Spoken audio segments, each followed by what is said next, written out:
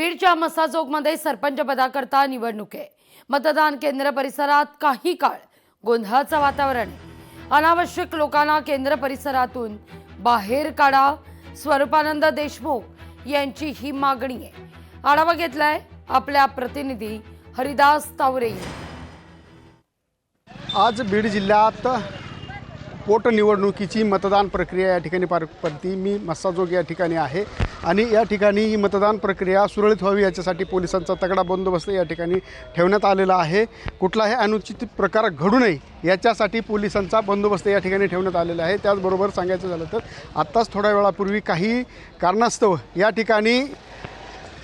ठिकाणी वादावादी झाली होती, मात्र प्रत्यक्षामध्ये आता या ठिकाणचं जे वातावरण आहे ते अत्यंत शांत झालेलं आहे। पोलिसांच्या मध्यस्थीने होत असलेली जी वादावादी आहे ही थांबवण्यात आली आहे आणि विशेष म्हणजे कुठलाही अनुचित प्रकार घडू नये याच्यासाठी मात्र पोलीस बंदोबस्त, तगडा बंदोबस्त या ठिकाणी ठेवण्यात आलेला आहे। नागरिकांना शांततेचं आवाहन करण्यात आलेलं आहे। नागरिक आपला मतदानाचा हक्क या ठिकाणी बजावत आहेत।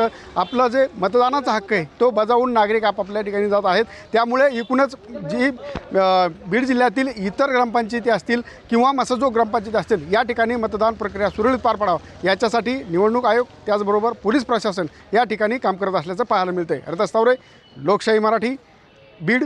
मसाजोग येथे सरपंचाची निवडणूक आहे। आज 2 उमेदवार आहेत आणि मतदान केंद्राच्या बाहेर रस्ता आहे, हम रस्ता आहे, मुख्य रस्ता आहे गावचा। तर तिथे 2 गट आमने-सामने आलते। पोलिसांनी वेळेतच हस्तक्षेप केला आणि जो जमाव होता तो जमाव पांगवलेला आहे। त्यामुळे शांतता आहे सध्या आणि परिस्थिती नियंत्रणात आहे। सकाळपासून जी निवडणूक प्रक्रिया आहे ती व्यवस्थित चालू आहे, सुरळीत चालू आहे। ज्या अफवा पसरवल्या गेल्यात मतदान प्रक्रियेत इंटरप्ट झालेलं आहे तसं काही नाही। मतदान व्यवस्थित चालू आहे आणि अफवा पसरवल्या गेल्यात की मतदान बंद पडलं आहे, तसं काही नाही।